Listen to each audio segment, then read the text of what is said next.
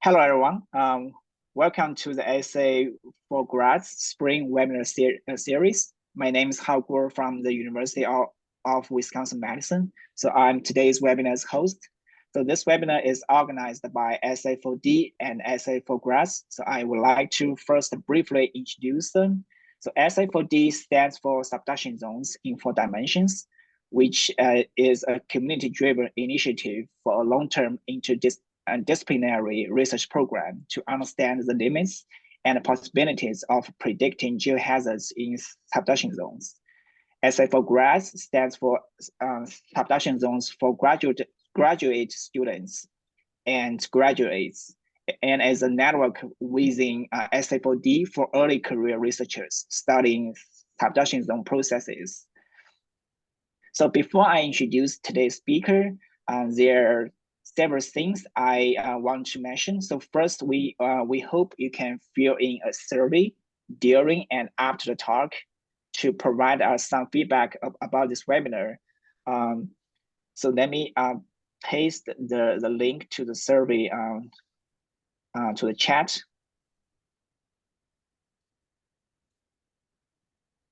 Yeah, I hope everyone can see the link now. So don't forget to provide some feedback during or after talk. So I also want to remind that the live translated caption are available. So you can turn on this option if you need. And also this webinar is being recorded. The recording will be posted on SZ4D YouTube channel. I also would like to advise some awesome opportunities. So the first one is the application for the Chile and US students exchange program are now open. So let me paste the link to the webpage of this program, and it's the QR code to the applications to the chat. So I hope everyone can see it, can see the link and the QR code now. Another opportunity is the applications for the Cascadia field trip are still open, but will be closed very soon tomorrow on March 2022.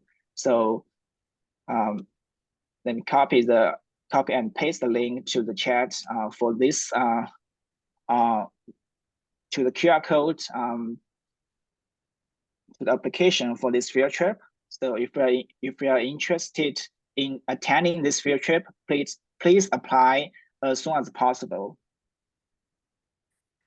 So all right, let's move to today's talk.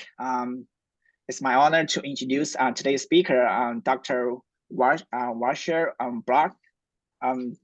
Dr. Bloch is currently a postdoc in seismology at the German Geoscience Center, Potsdam. He earned his PhD degree from the Free University of Berlin in 2017, and he was a postdoc scholar at the German Geoscience Center, Potsdam from January 2018 to June 2021, and at the University of British Columbia from June 2021 to August 2023. And his research is mainly focused on analyzing seismicity associated with large earthquakes and imaging Earth structure in subduction zones. So, all right, so let's welcome Wasja for today's talk. So his title is a Cascadia Slab model from receiver functions. So Wasja, please take it away. Yes, thank you for the introduction. And I am sharing my screen now, and I think you can see it and you can see my mouse too, right? Yes. Very good. Well, okay, now this should be good. 1 second.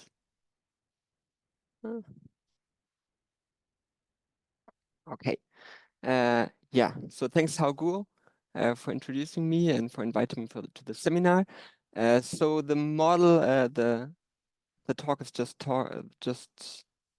just named as the paper that I will be presenting, and so this is our most recent paper that I've published during my most recent postdoc project at the University of British Columbia with Michael Bostock and Pascal Audet. Right now I'm at GFC, Geoscience Center Potsdam, but I'll be moving to Norsa in Norway in August. So a Cascadia slab model from receiver functions, a guided through the GQ paper. So these are the cascades, a picture of Ho Sound just north of Vancouver on the traditional ancestral unceded territory of the Musqueam, Squamish and Tsleil-Waututh people, where I had the privilege to work on. In the background, you can see the volcanic arc, of course, and then you have this magnificent landscape with this immense scale. So here you see a car ferry, which is quite huge, and here there are some people for scale, and you can see this is a beautiful landscape, and this landscape has been formed by subduction. So we are standing here on the North American continent, and as probably all of you know, the Juan de Fuca plate, the oceanic Juan de Fuca plate, is drawn below the North American continent by plate tectonics. And if I were to draw a profile to this landscape from the trench, which is far to the left of this image, to the volcanic arc and beyond, which is back here, it would look like this. So we have here the overriding continental crust, and as I said, the oceanic crust, in this case the Juan de Fuca plate or oceanic plate, is drawn below it by plate tectonics. And the question I would like to like to address today is, where's the plate interface in this profile, and what does it look like? Because as I said, I would draw the profile like this. Subduction zones look different depending on from which discipline you look at it, and I'm into receiver functions, so I draw this kind of a receiver function based profile. And to receiver functions, the subsurface lithosphere looks like this. So what you can see is that there's the continental crust, and then the oceanic crust is bound by the megathrust on the top and by the oceanic moho on the bottom. And this separation is quite clear in the offshore area, where you can nicely image the megathrust, plus minus some sediments, which could be drawn in. And also the moho is a very clear signal. But as this plate is drawn beneath the continent, it somehow changed its appearance. And to receiver functions, it looks as if it has two layers. So a low or ultra low velocity zone on top of the subduction stratigraphy, and below this the oceanic crust, which may or may not be just the lower oceanic crust. And for very generic purposes, I will just term these two layers layer 1 and layer 2, and we will discuss what they are. So as I said, this image is motivated by receiver functions. Receiver functions are the technique where you image the subsurface lithosphere using earthquake waves from different distant earthquakes, which come in as a plane wave to the region of interest. And this plane wave, as it traverses from below through the lithosphere, gets scattered at these interfaces or horizons. And so it gets scattered, in this case, in the subduction zone of Cascadia, at three interfaces. I call the lowermost interfaces the moho. Then we have this interface C. I called it central, even though it does not necessarily needs to be in the center between the other two interfaces.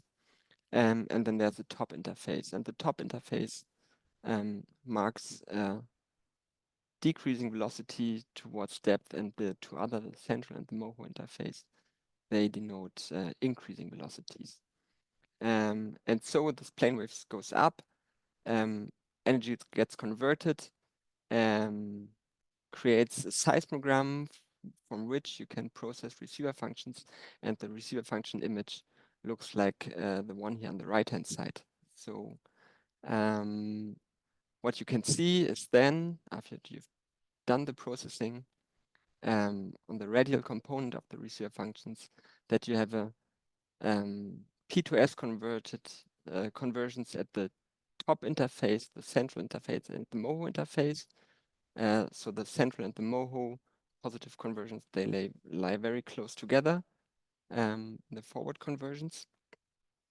And then afterwards, the scattered wave, so the wave fields gets reflected at the surface, hits these interfaces again, and gets reflected at each of the interfaces again. And so these are then the PPTS reflections, PPCS, and PPMS. So these are the waves that get go up as a P wave, then down as a P wave, and get reflected as an S wave. And below this, because there are also waves that get reflected up here as an S wave, there's the PSS reflections, and these are the PSTS waves, the PSCS waves, and the PSMS waves. And so this is the receiver function signature of the subsurface. And what we've done, we have modeled this for Cascadia, and this looks like this. So on the left-hand side, you see some receiver function data of a seismic station that is located in the Cascadia forearc in southern Vancouver Island. And you can see here at around just before 5 seconds, the PTS and PCS and PMS conversions. And then between 10 and 15 seconds, you see the PPS reflected wave field. So this is PPTS, PPCS, and PPMS down here. And then there is the S wave reflected wave field. So PSTS, PSCS, and PSMS. So this is the radial receiver functions. On the y-axis, there's time. On the x-axis, there's the azimuth. So the rays are coming in from different directions. And the same, so there's this other component in the receiver function, the transverse component, which is a little more difficult to understand or a little less intuitive to understand, but which can also be modeled. And so on the right-hand side, you can see the model prediction, and I will tell in a second how we arrive at this model prediction.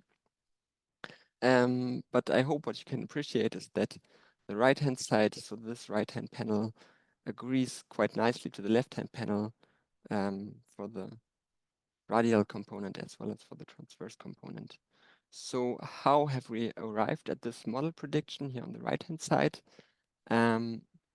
What we did is we modeled this subsurface lithosphere as a 3-layer medium. So we modeled it as a continental crust, a layer 1 and a layer 2. And the layer 1, layer 2, they can have a certain strike and dip. So, and all these layers can have or do have certain elastic parameters parameterized as the S-wave velocity and the P to S-wave velocity ratio.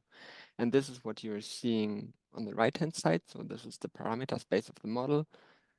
So for that station, that model prediction here, the best fitting model prediction, resulted from a grid search or dual annealing, so like an annealing type parameter search in this 11-dimensional parameter space.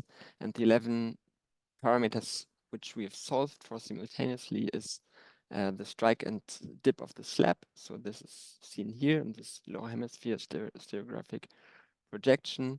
Then we have here the thickness of the continental crust with its S-wave velocity and P to S-wave velocity ratio. So this axis is again the thickness here seen on the right-hand side. Then we have the thickness of layer 1 together with its S-wave velocity and VPVS ratio, as well as layer 2 with an S-wave velocity and VPVS ratio. And so solving for all these 11 parameters simultaneously for one seismic station, we can estimate the thickness of the continental crust and these 2 layers and the associated elastic properties for each station. And so we have done this for about 300 stations located along the entire Cascadia arc. And if one looks into nativeland.ca, one can see that there are like more than 200 indigenous people who live on this country and call it their ancestral home territories, which some respect, which I would like to acknowledge today. And the receiver function data set that we've been using consists of measurement on these about 300 seismic stations, which have been running for over a year. Most notably, we have here the Polaris arrays on Vancouver Island. So this X-shaped array, and this line down here, which has motivated a lot of research. Then we have the Cafe array in Washington. We have this Casc 93 array in Oregon, which is a very early seismic experiment from 1993. We have the Shake Alert stations down here, and many auxiliary stations. The color scale here denotes the number of stacked receiver functions, and please note the logarithmic scale. So for the Casc array, we have stacked some 20 to 50 seismic stations. And then very nearby is the station with the most receiver functions. These are over 2,000, which were stacked here for station Corvallis. But of course, PGC, Pacific Geoscience Center, is also very long-running stations. And there are more of those. So this is a really great database, and it was a pleasure to work with it. So the sources we have used, so this is here one station in the center, I think this is Corvallis, and these are the earthquakes that contributed to this one station. They are in distance range between 30 and 100 degrees epicentral distance from that station. And so you can see earthquake sources come from the Kuril Arc and the Japan Arc up here over to the Pacific, the subduction zone in the West Pacific. Then we have the subduction zone of Central and South America yielding earthquakes. We have here the Gackel Ridge near the North Pole on the Arctic Ocean, the Mid-Atlantic Ridge and the Nazca Ridge, all of these delivering earthquakes. And so the total slab model was is based on some 45,000 receiver functions. So if we apply this methodology that I've shown on the previous slide to all these stations, we get depth measurements of these three horizons. So the top horizon, the central horizon, and the Moho horizon for each of these stations. So, and these three figures, they look kind of same, but different because they have the same color scale. But please note that, of course, the top interface or the top horizon is the shallowest, and the central and Moho are a little bit deeper. There are a few important details on this map. So one detail are these stations marked X. So where there's an X, the specific slab signature that I've shown with the positive and negative conversions was absent. So this means that this can be interpreted as the eclogatization front. So beyond this line of X stations, the oceanic crust has probably turned eclogate and becomes invisible to receiver functions. Another detail is that there are here stations which are outlined black and other stations are outlined white. This is a quality control. So we have reviewed all the receiver functions and modeling results, and for each interface only included the measurements which are reliable. So this means that there are forward conversions as well as reflected conversions visible and well modeled on these receiver functions, and only these contribute to the slab model. And of course, what you would like to do, or what one does, if one has here all these scattered point measurements of depth measurements, which are supposed to be located on one interface, one fits a surface to this. So, and this is then our slab model that we came up with. Again, top, central, and Moho interface. And this I will show some profiles of this on the later slides. But what I first would like to explain, so these station measurements, they are of course subject to noise, to data uncertainty, model uncertainty.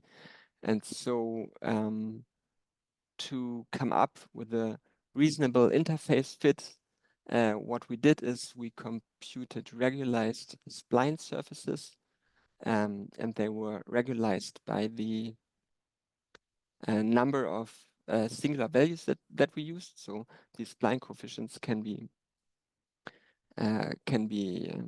computed through singular value decomposition, and when you only include a certain number of singular values and exclude the lowest singular values, this gives you kind of a damping to the whole model, so that you just avoid to fit data and model noise. And this is how we have come up with these three surfaces. On the next slides, I will show here some profiles through the Slab model and compare them to other data, such as seismic tomographies and seismicity images, and also tremor locations and low frequency earthquake locations. So this will be first a profile here through Central Oregon, then a profile in the Mendocino area, third a profile near Southern Vancouver Island, Olympic Peninsula, and finally a profile through Northern Vancouver Island.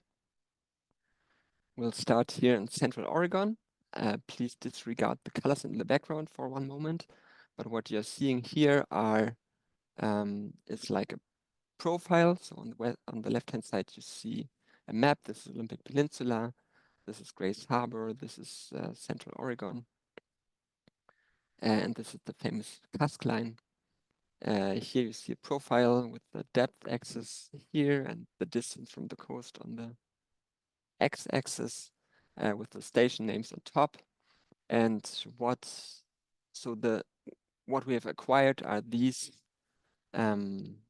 these line markers with the ellipses. So the line markers, they denote the depth and the strike and dip of the interface. You can only see the apparent dip along the profile.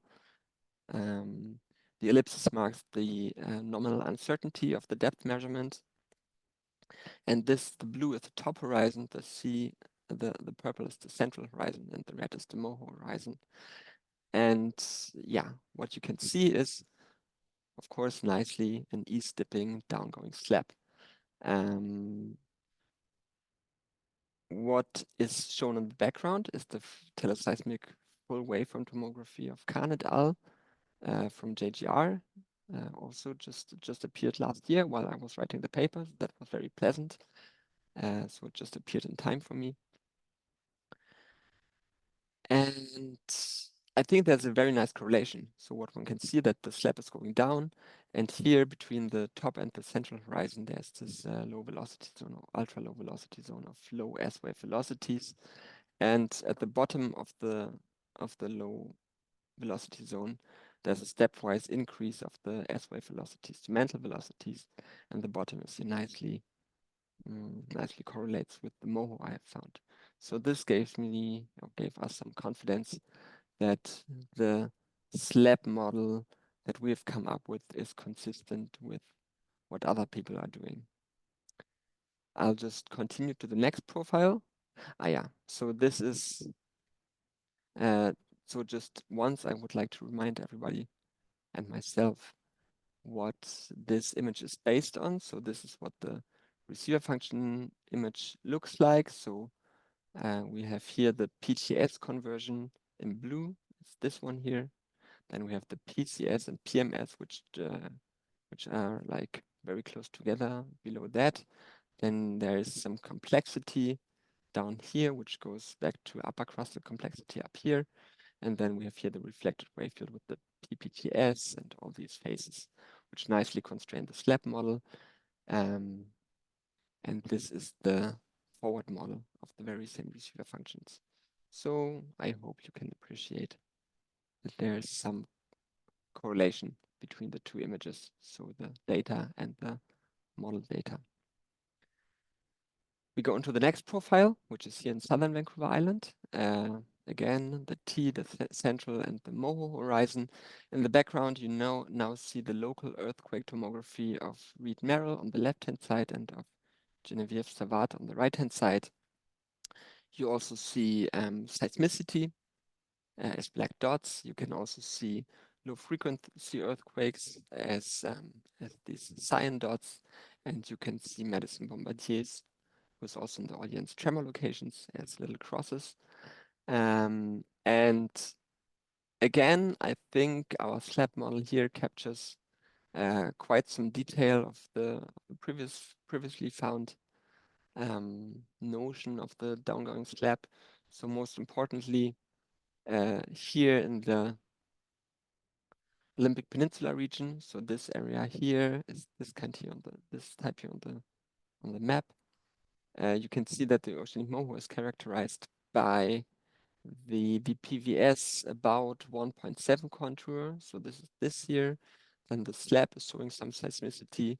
The top of the slab is void of seismicity, and then yeah, Oceanic Peninsula is a little seismically active again. And here on the Vancouver Island segment of this profile, I hope you can appreciate that the oceanic crust is mostly aseismic in this area, that we have this mantle seismicity, which is nicely enveloped by the Moho horizon, and that the slab itself appears as a high VPVS zone, and that the low frequency earthquakes are occurring here within slab. And there's one important detail that I will come back to later, which is that the low frequency earthquakes are actually occurring between the C and the M horizon.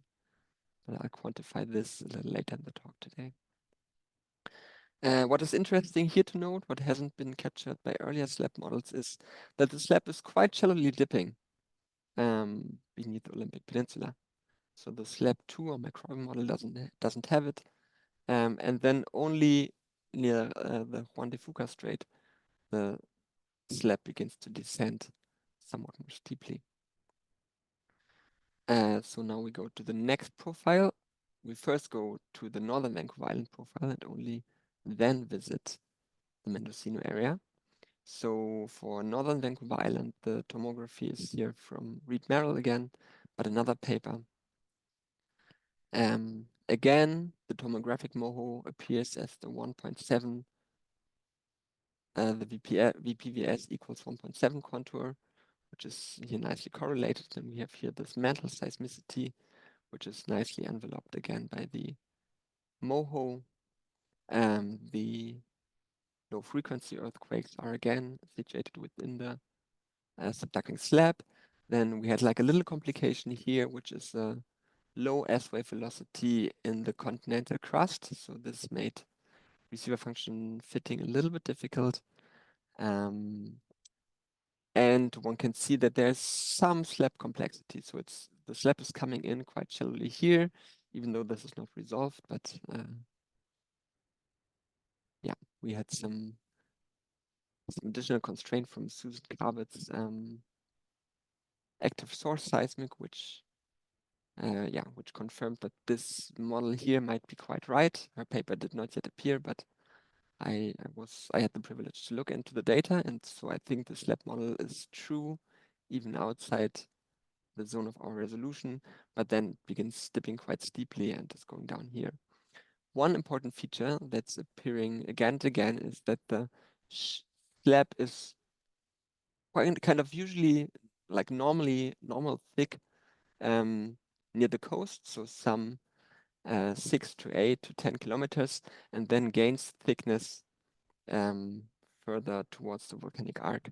So here these are like some 10 to 15 kilometers, and so this is usually thicker than the incoming oceanic crust. This is an important thing that I will come back to later. The final profile we now look at is at the other terminus of the plate subduction. So this is now the Mendocino area, and this is Hao Guo's tomography that he kindly shared. And yeah, again, as in the previous image, we kind of here captured the oceanic moho, which is again the 1.7 VPVS contour. Then the slab itself again appears as a high VPVS zone, so it's really fluid filled and highly hydrated. And we have here the top of the subduction stratigraphy up here. And this sea horizon, so this is another interesting feature. So this sea horizon is usually the smoothest contour, which has like the littlest or the very little structure.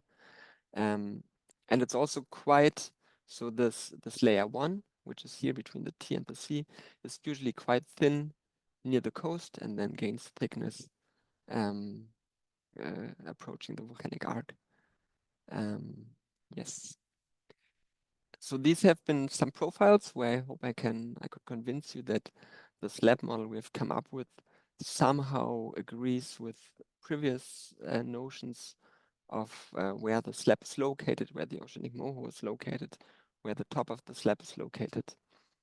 And I would now like to have a look at what these three interfaces and the intermittent material actually looks like, and also try to approach the question, where in this profile is the plate interface, by the way? So is it the T horizon, is it the C horizon? It's probably not the moho, but who knows? So let's investigate this a little further. Let's first look at the dip and the depth of the T horizon. So that's the top of the subduction stratigraphy. And this is what's shown here on the right-hand side. So this is again the Cascadia margin, a map view. This black line with the little stop signs on it is the kinematic backstop as it was determined by Watt and Brothers based on morphologic markers on the seafloor and also onshore. And what one can nicely see is that, at least for the northernmost portion, so where the Juan de Fuca plate proper is subducting, the dip of the slab actually quite nicely correlates with the location of the backstop. So most importantly, which I've shown in one of the previous profiles, where the static backstop here recedes far inland on Olympic Peninsula, the slab is really coming in, shallowly dipping, and only beyond the backstop dips down and starts to dip steeply. And so this is the slab dip, and on the right-hand side you can see again just the depth of the T horizon with some more information on the terrain architecture of the overriding crust.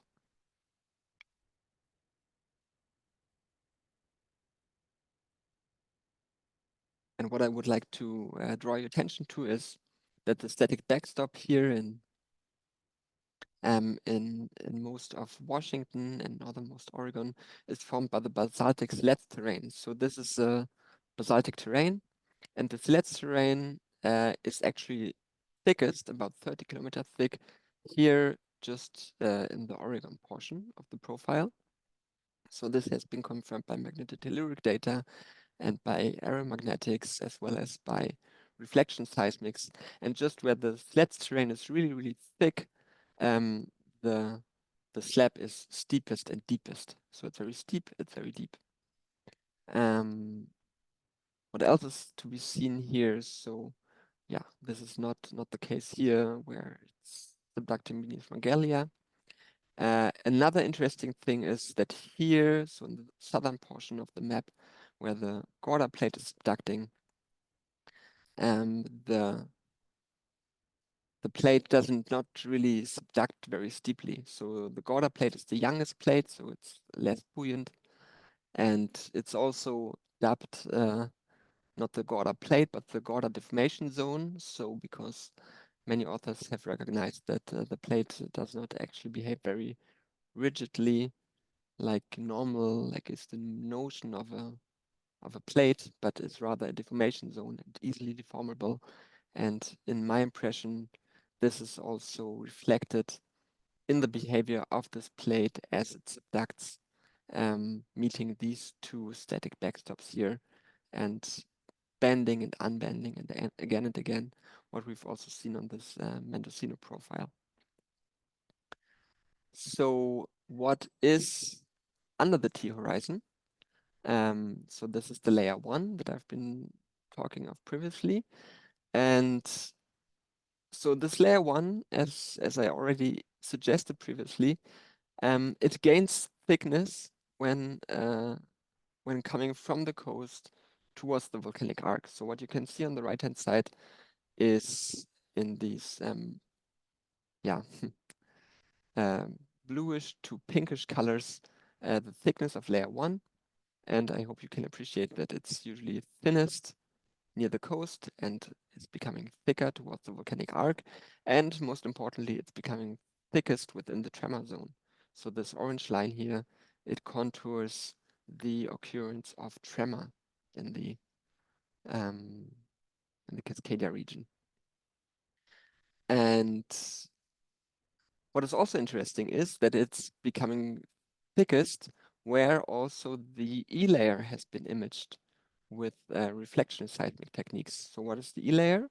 The E layer is, of course, this this reflection seismic bands that if you go here with a ship, with a vessel, through the Juan de Fuca Strait and do active source seismics, then closer to the trench, you see that there is like a very sharp reflector on top of the slab. And as you go here inland, entering the Juan de Fuca Strait, all of a sudden it broadens and makes up here this very thick, up to 10 or even 12 kilometer thick E layer, which is very enigmatic. So it has high P wave velocities, is very thick, and the E layer is just located where also layer 1 is there. And so even though it has only been imaged, the E layer, here on southern Vancouver Island and in the Juan de Fuca Strait, and then there's also a reflective package that has been imaged here in Central Oregon, which could also be the E layer. We suggest that actually a similar structure might be present along the entire Cascadia margin. And so what is this property of this very thick, more than 4 kilometer thick layer 1 along the Cascadia margin? I look here at the VPVS ratio. This is, of course, not the best resolved parameter in my inversion, but still, I think the correlation is quite interesting, and it is significant statistically that within the tremor zone, there is a highly elevated VPVS ratio. So this has been very well known from the Polaris profile on southern Vancouver Island, but now we can extend this notion through more of this region. So the P to S wave velocity ratio is in the order of 1.6, 1.7, 1.8 for normal rocks, maybe up to 1.9 and maybe even 2 for serpentinites, but values above 2 are indicative of highly overpressurized fluids in this area. So 2.1, 2.3, 2.5, 2.7, everything that's not light blue on here is actually indicative of fluids. Indicated that the entire tremor zone, again, so this is I think a well-known fact, but we can confirm this again, that the tremor zone is actually a highly fluid saturated zone. Let's look a little bit more at the nature of these interfaces. So what one can see here is the depth of the interface relative to the LFE locations. So LFEs are low frequency earthquakes. They make up tremor or are tremor, or closely related to tremor. This is a different discussion. But I would like to contribute to this discussion that the LFEs are actually located closest to the sea horizon, so to the central or middle horizon. And that they are also located a little bit below the sea horizon, and this is quite interesting. So what you see here on the y-axis is the difference between the LFE depth and the sea horizon depth at the very same location. This is for Northern Vancouver Island, Genevieve Savard et al. 2020. And what we think that means is the following.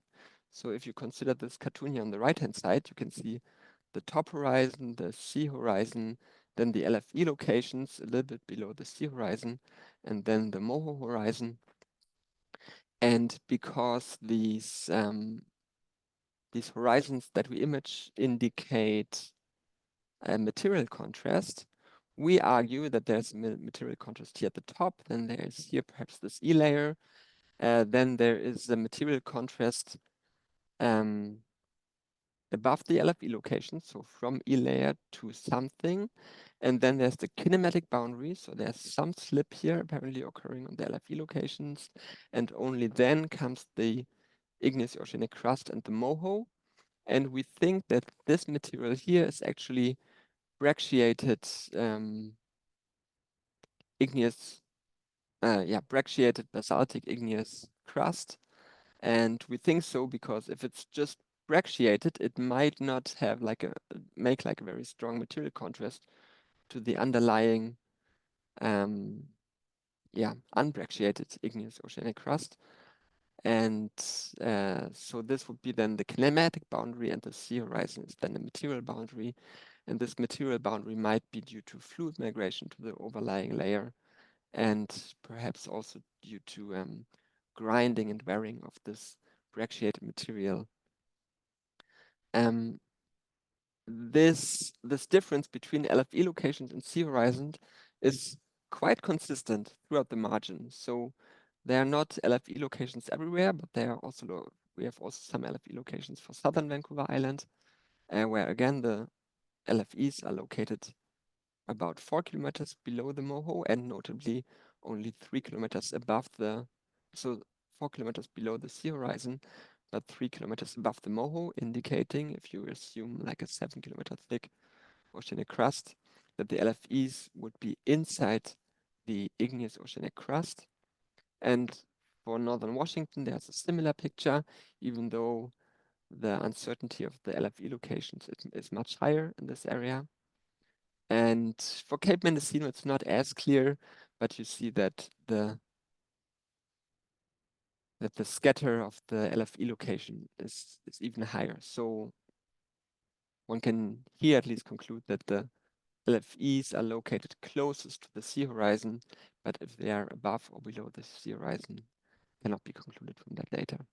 But the overall picture is consistent that the LFEs are to some degree below the sea horizons. And this idea of brecciated igneous oceanic crust, I have been part of this group while Charles Samus and Michael Bostock wrote this 2021 JGR paper, and so there are more indications that this is the case. But I think the location of the LFEs just below the sea horizon is a nice little extra to this.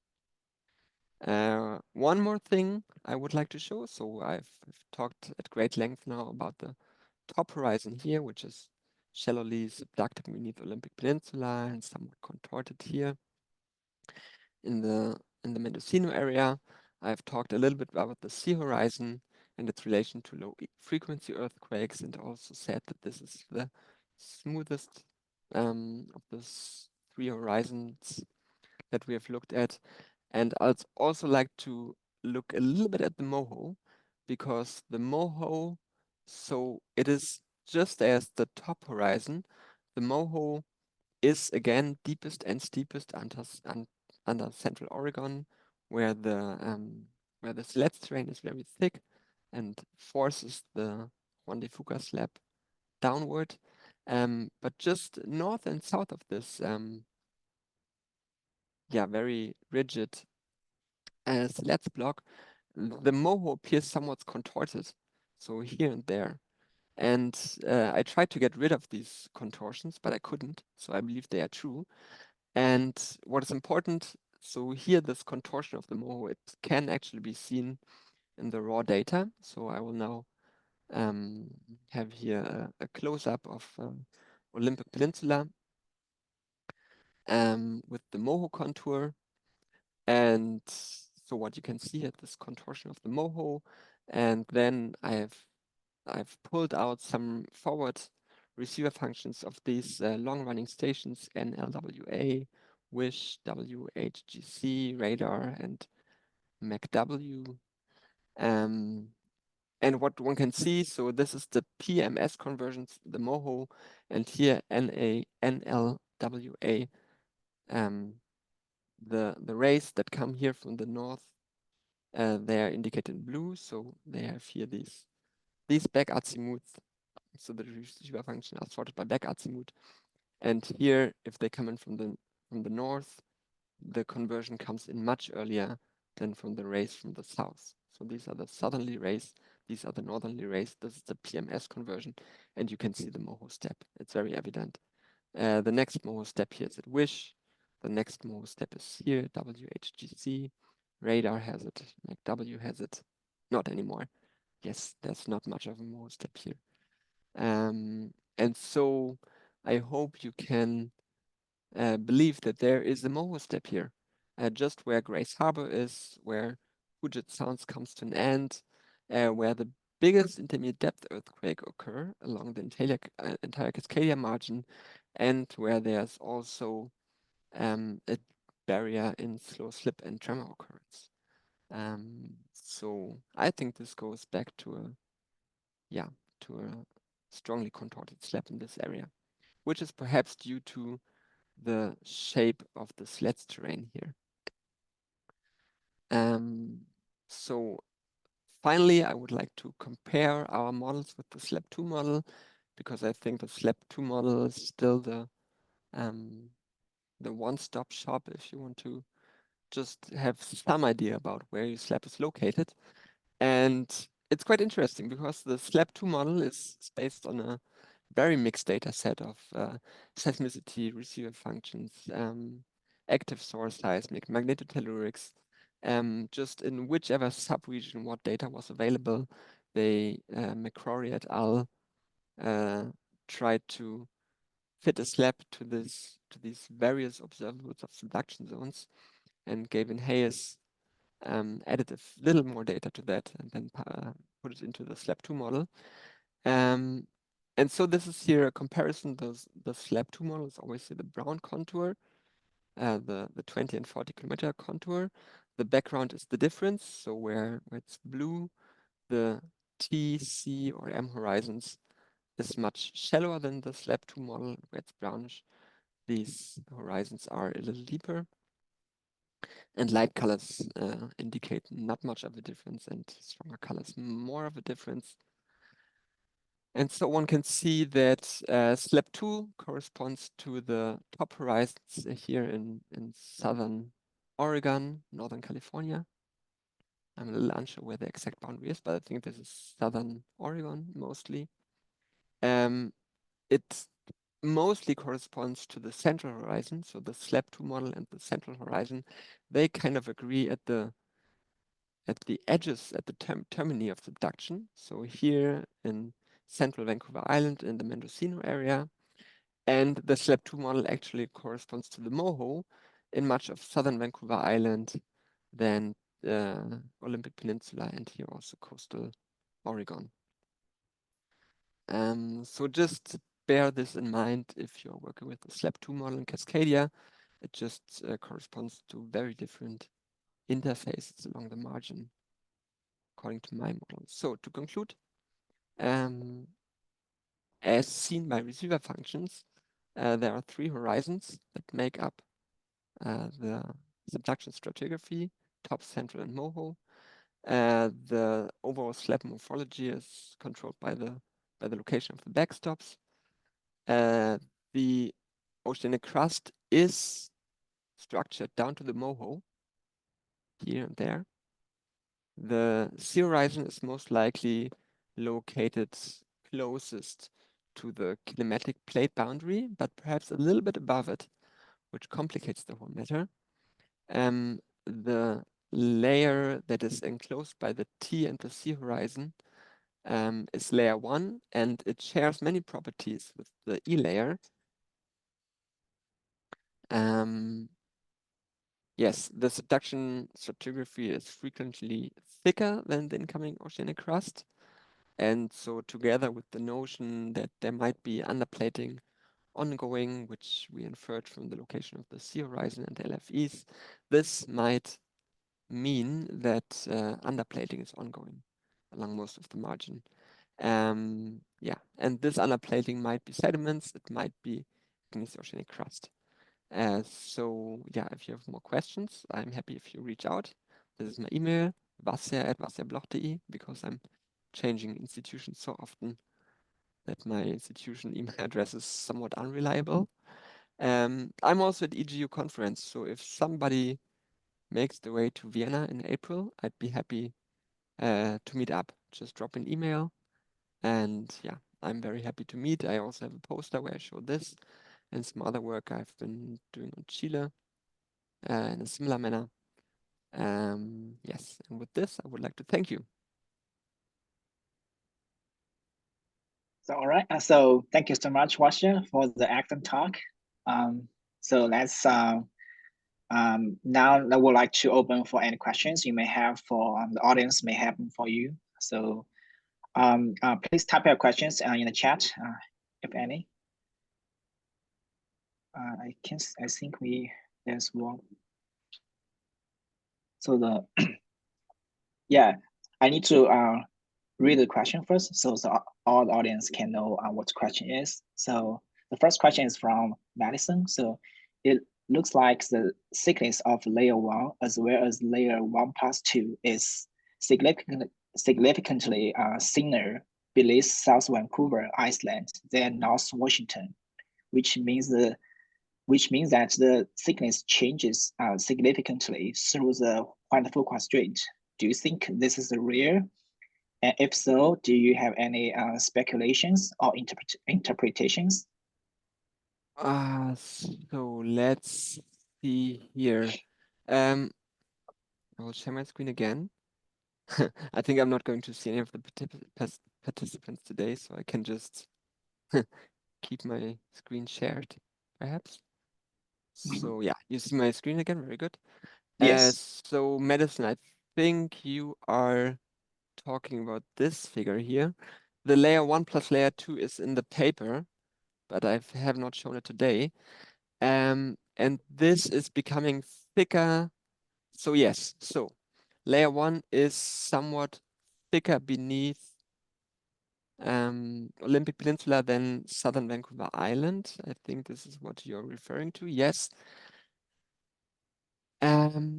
Yeah, so I know that the slab structure here is extremely complex. So the receiver functions of these two stations, so the dark blue and the light blue here, even though they're very closely located very closely next to each other, they look quite different. And so I'm quite sure that I have that there's some slab structure that I have not captured in my model. I think what Susan sees in her paper, but yeah, I'm not sure if I can talk about this because Susan's paper is still not published, and she has showed it to me in confidence. Yeah, but it will probably appear very closely, yeah, very soon. But there might be deep sediment subduction going on here, so there might be an extra contribution of extra sediments in the Olympic Peninsula region compared to the southern Vancouver Island region. So yes, maybe this is real. It could be real, and if it's real, it could be additional sediments, which yeah would compromise an extra layer above these underplated igneous oceanic crust. If this answers your question, Madison. Thank you, Wasja. So there's several more questions. So the second question is from Brandon. Thanks for the great talk. Do you have any indications on what's the anomalously low VPVS values in the Slab mantle beneath North Vancouver Island imaged in your model and previous data? The anomalously low between Northern Vancouver Island. So Beneath, Brandon, I think these are like these seal and greenish dots here. And this would be all only in layer 1. Well, they're not like, I don't know. So I always considered this here kind of poor resolution, but it might be significant. And I think it's interesting that previous data indicate this too, that there's kind of enormously low VPVS in Northern Vancouver Island. I don't really know what this means. So I kind of disregarded this data a little bit and thought, well, maybe it's just not as well resolved because VPVS really is a nuisance parameter in my inversion. I'm not sure whether he is talking about the layer 1 because he mentioned the low VPVS values in the Slab mantle.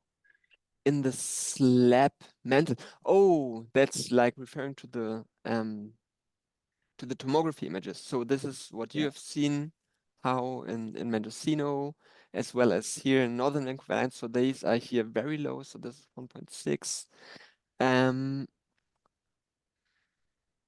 So in my impression, like very low VPVS ratios, if they can't be explained like by lithology, it could be the sign of anisotropy because usually if you have anisotropy, then you get shear wave splitting. And shear wave splitting means that you have a fast and a slow S wave. And what you usually pick, if you don't take any care of anisotropy, you usually pick the fast S wave because that what arrives first, and the slow S wave is of course camouflaged in the coda of the fast S wave. And so what you only can see is then VP over VPS1. VP over VS1, yes. And VP over VS1 is usually low. So in my impression, if you see very low VPVS ratio and you don't have a good petrological argument, you should look into anisotropy. So let's see if I can. No, I will not go to any random papers right now that I have. But yeah, Brandon, you can contact me, and there are some pretty nice figures for olivine, for serpentinite, for peridotite, anisotropy, where you can see if you look at the dispersion curves that in certain directions they have a very low VPVS ratio if you only consider the fast S wave. Yes. All right. Thank you. Yeah, this is a interesting feature. There's another question from John Vedani. Does this model match or not match models made in other places, such as Japan and New Zealand? Or is it hard to compare? So I've never worked in Japan, New Zealand myself. I've mostly worked in Chile, and I'm working in Chile right now. So I can best compare it to Chile. So in northern Chile, so Atacama Desert, so around, so in the 20s latitude south, there this is much colder subduction, of course. There usually the Slab 2 model agrees quite well because the Slab 2 model is often an envelope around the intermediate depth seismicity. So this is why the Slab 2 model, if we go here, so here the Slab 2 model just envelopes this seismicity here, the mantle seismicity, and this is why it corresponds to the MOHO. In Chile, the oceanic crust is much more seismically active to much greater depth because, I don't know, the acclimatization there is somehow more seismic. And so, at least in Chile, the top of the slab is really the Slab 2 model. Also in Chile, I have not found this central interface, but yeah, receiver functions in Cascadia usually work out best. And I think receiver functions are so famous in Cascadia and most important here in this Vancouver Island region because they just look so beautiful. And so it's really much harder to make out these the central horizon in any other receiver functions. I have not looked myself at Japanese receiver functions, but usually I think this level of detail is has not been achieved previously, and this is because yeah, we've only now developed this PyRace encode, so this definitely accelerated the forward computation of receiver functions and made this kind of modeling feasible. So we can now like compute some five forward models per second and so on. So this kind of models runs in a few hours. And so we can this kind of modeling just became feasible. And so this is why I think it's not very difficult, but it's kind of a new modeling. Yes, and I'm doing it for Chile right now. Yeah, but So unfortunately not in Japan yet. Okay. Thank you for your answer. There are several more questions in the chat. I hope you can see it. There is one. I think this is a comment from Jason Palin. This is not a question. So let's move to another question from Siyuan Zhang. Yes. Thanks for the great talk. I have two questions. So the first one is, which layer of the three has the most significant impedance according to the data? And second question is that possible to confirm these three layers by S-wave receiver functions? So first question, so if the T horizon is present, then it can be very strong. So especially this is an indication of this very high VPVS ratio. So if you look here, Can you share a screen? Can you oh, share I'm not slides? sharing. Sorry. Yeah. Thanks. Here, there we are. Here's screen. There's the screen share. So the T horizon has the strongest impedance contrast in the tremor zone. If you approach to the coast, it becomes quite invisible, as you see here. So station Yak 1 is very close to the coast, and here you can barely see T. Well, you can see T in the forward conversions, but not so much in the reflected wave field. Yes. And if T is absent, then the MOHO is the strongest. So yeah, T in the tremor zone, M elsewhere. This is the one question. Let's see if I can see the chat from the shared screen mode. Yeah. The second question is There's that the possible? Chat. Yes. Is it possible to confirm these three layers by S-wave receiver function? Oh, I've not tried S receiver functions, and probably not, because S receiver functions, I know they're much more difficult, so they are more noisy, and I'm unsure if you would see all of them in the S receiver functions. Yes, I have not dared to look at them, and actually, yes, I would need to implement these into the software. I don't know. It's maybe worth a shot. And this could probably give some more information about what this layer 1 is. Yeah, would be an interesting project, certainly. And I'd be happy to assist if someone fancies doing this. Yeah. There's another question in the chat from Haley Houston. Thank you. High VPVS was not seen across much of the Vancouver Island.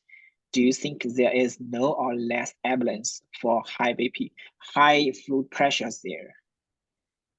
Yeah, so Vancouver Island especially, so southern Vancouver Island, I think it's pretty clear, and this is like the archetype of the high VPVS overpressured area here. Northern Vancouver Island is much more difficult, And I think it's much more difficult because there's this low S-wave velocity zone in the crust, and so this really hindered like a very good measurement of these, of all these properties. And yes, but it is an interesting fact. And another person commented that this has been seen by previous data. Yes, so if you take all this seriously, it should be evidence that the slab is less hydrated in northern Vancouver Island. And actually in much of Chile, it looks kind of less hydrated. So it maybe the Chilean slab is somewhat more akin to what can be seen here in northern Vancouver Island. Yeah, would be interesting to look at it. So the other person who commented that this has been seen in previous data was there was a person who said this that it had been seen before, and so yeah, maybe we could. Yeah, Brandon Schuck said it. So maybe if Brandon can comment on this a little more. I was unaware that this has been concluded by previous studies too. But yes, I can see that this might signify less hydrated oceanic crust. There's another question in the chat from Anka. So thank you for a great talk. Could you please discuss a little bit more about the RFE's locations? As far as I know, they are believed to be occurring at the subduction interface, at least in Lankai. Yes, that's a very nice topic to discuss. So I've been working with Ono Onken quite a while, and I think this notion of the plate interface, yeah, is a very transient notion. So the plate interface, so what is it? It's usually, if you talk about the kinematic plate interface, and this is where the LFEs are occurring, of course. Because the LFEs, they have some slip. And so if the LFEs are active, they are the plate interface by definition. Because as soon as, even though the LFEs would be inside the igneous oceanic crust, if there's slip at the LFE locations, then this would mean that the igneous oceanic crust would already belong, or like the brecciated oceanic crust above the LFEs would already belong to the overriding crust. So this is, I think, what you can see very nicely here on Olympic Peninsula. If you are on Olympic Peninsula, then these are all scraped off sediments that once belonged to the downgoing crust in a way. And so, yeah. Then there are, of course, also the slow slip events, which host most of the slip. So the LFEs, I think, they have like about 1% of the slip, and the remaining 99% of the slip are located at the slow slip events. And they have not been located to depth, so they are usually just projected onto some slab model, and it's not really important where the slab model, so where at which depth the slab is, but the LFE locations, I think if we go to this picture here, perhaps, I think it would make sense to put the slow slip here in this E layer, because if this is really like highly hydrated and overpressured, then this should be like the weak zone that makes up the plate interface. And I think this is what I intended to draw, but didn't discuss with these black and the two gray arrows here. So I'm pretty sure that the LFE locations mark kind of the lower end, either just of all the slip that's occurring. So this would be if the gray arrow is like the upper slip zone, or of a distributed shear zone. So it could be that at depth, the mega thrust just develops into a distributed shear zone that shears along a very distributed band. And I think if you just look at outcrops of deep subduction, for example, in the Alps, Monviso, then you can see that there are like there is like this notion of a subduction channel, which has been quite in fashion for quite some time, but I don't hear of subduction channels too much anymore. But it may well be possible that this is kind of a distributed shear zone at depth. Yeah, if this answers the question. Yeah. Yeah. Thank you. Actually, I also have a Yes. related question about FE. So how were those FE located as so which Velas model were used by those studies? So I think you did not relocate them, right? So was they No. located by 1D model? It's possible there is large uncertainties for those FE locations. Yes, that might be the case, but I am so at least for Southern Vancouver Island. So here, so in Southern Vancouver Island, I would say Genevieve Savard provided the authoritative velocity model for the region, and so her LFEs have been located in this velocity model. I did not use it, but as you can see the velocity model on this slide here, so it's the one on the right hand side, I think they agree quite nicely with each other. And also the fact that so just independently, so what has been located in the same velocity model are these earthquakes and the LFEs, so the teal LFEs. And if you believe, as I do, that these earthquakes are mantle earthquakes, so they occurred due to some dehydration reactions in the downgoing oceanic mantle, and there's just a very small difference between the location of these mantle earthquakes and the LFEs. This means that the LFEs are very closely located to the MOHO, and this then corroborates the inference that the LFEs would be located inside the igneous oceanic crust. So this is some evidence that could have been seen beforehand. And now I think with this interpretation of the MOHO here, there's some more evidence that these earthquakes are actually occurring within the mantle, and then that this is really the MOHO, and then that the LFEs are just closely above the MOHO. I think this is kind of the strongest argument that they are occurring within the igneous oceanic crust. Actually, I have another question. In your conclusions, you said you said the sea horizon is the plate boundary. So if that is plate boundary, so what is layer one? Is you call it a E layer? So is a Yes. so it seems it is this layer is common over in the entire Cascadia, right? Right. So is Yes. it also observed in other subduction zones? It's right above the plane interface, right? I don't think so. At least it has not really been termed E layer. I think there's it might actually be present in Chile, where I've looked at it. I don't know about Nankai or Japan.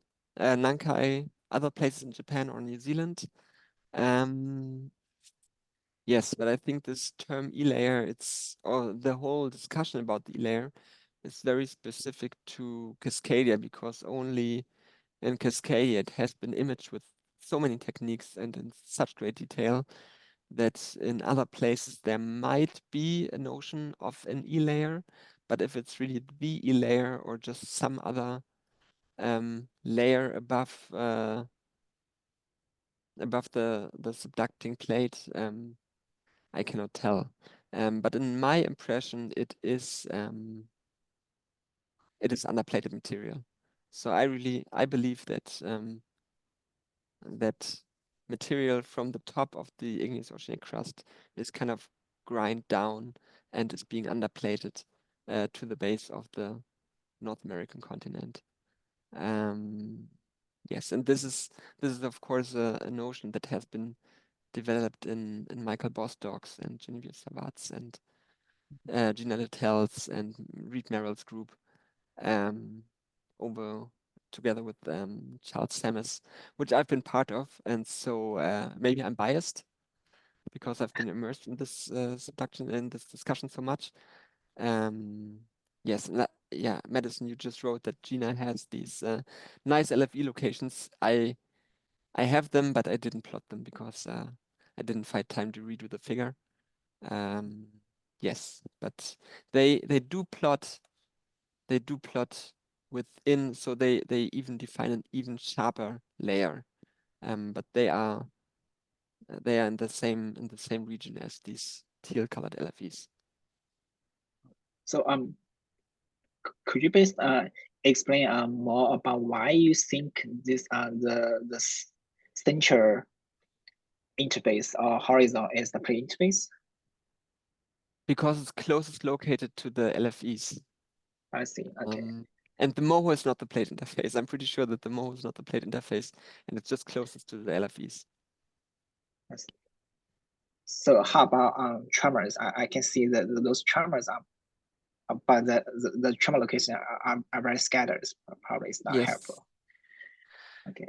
Yes. So these are like, yeah. So is LFE and tremor the same thing, or are they different phenomena? I think this is one discussion, and maybe Madison can comment on this. But so these axes, they have been located through the envelopes. So the envelope of the tremor signal has been taken, and then this one, I think it has been projected to depth and result in these somewhat more scattered locations, but they somehow scatter at shallower depth.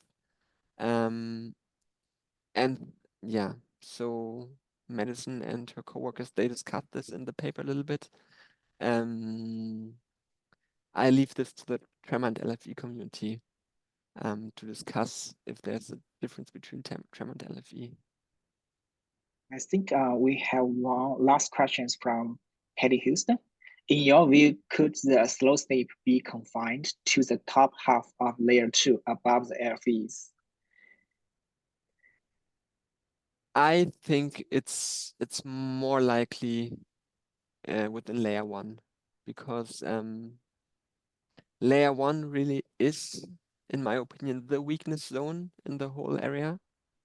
And there is yeah, so layer 2 is kind of by design a little bit meant to pick up the properties of the downgoing oceanic crust. So let's see. So this is a subtlety of my modeling. If you look here on the right hand side, this is layer 1 and layer 2. And here this is the VPVS of layer 1 and VS, and VPVS of layer 2 and VS. And you see that it's that layer 1 VS and VPVS is much less constrained than layer 2. So this one goes from 1 to 1.8 with the basalt to 3.5, which is a highly hydrated and fractured overpressured rock. And this is here reflected in the S-wave velocities. Whereas for layer 2, this has been constrained to be like basaltic and gabrotic velocities. So kind of by design, this layer 2 is meant to pick up the oceanic crust part of the model. And because only layer 1 may have these high VPVS ratios and low S-wave velocities, I think it is the weakness zone. And what is really weird about the model, and this is a little bit my yeah, a little dark corner of the whole model, is that because VPVS and VS are constrained as they were, VPVS may be very high and VS may be very high at the same time. And this means that VP may actually become a little bit unphysical. So I have like 8-ish, 9-ish, very few measurements of 8-ish or 9-ish P-wave velocities. But even though this is not realistic, it kind of corroborates the inference that VP, interestingly, can be quite high, even in layer 1. And this is something very strange. Yes. So Heidi, to answer your question, I think slow slip is more likely in layer 1 and not on the top half of layer 2. But as I said, I have no very great model for layer 1. So yeah, I wouldn't put too much in this. Yeah, thanks, Heidi. This one, there's a question or comment from Madison. Yes, I'm uh, reading the comment. Yeah. Okay.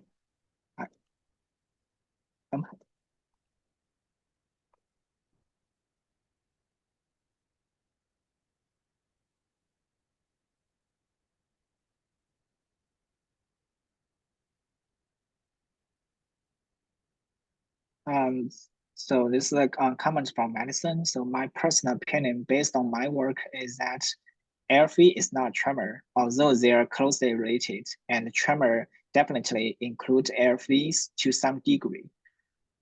Along this particular transit, South Vancouver Island, tremor seems located closely to where regular earthquakes are located, which seem unique along the margin. Tremor is also much shallower in the Juan de Fuca Strait and southern tip of South Vancouver Island, which again indicates that this area is somewhat unique along the margin. So they have a manuscript coming later this year. Yeah, we're looking forward to it. Thanks. All right. So if there's no more questions, let's thank Wasja again. So and also don't forget to fill in the survey to provide some feedback about this webinar. And also don't forget to apply or encourage your students to apply for the US and for the Chile and US Students Exchange Program and Cascadia field trip. All right. Thank you everyone again for your presence today, and see you next week. Goodbye, everyone. Take care. Bye. Thanks so much, Wasja. Yeah, you're welcome. Okay, people are logging out. Yeah, so thanks for having me. And yeah, again, thanks for sharing your tomography. And it was really a pleasure to work with. You're It's welcome. really high quality. Yeah, thank you. Okay. Hope to see you in the meetings in the future. Yes. Bye. Okay, then have a good Take day. care. Have a good day. Goodbye.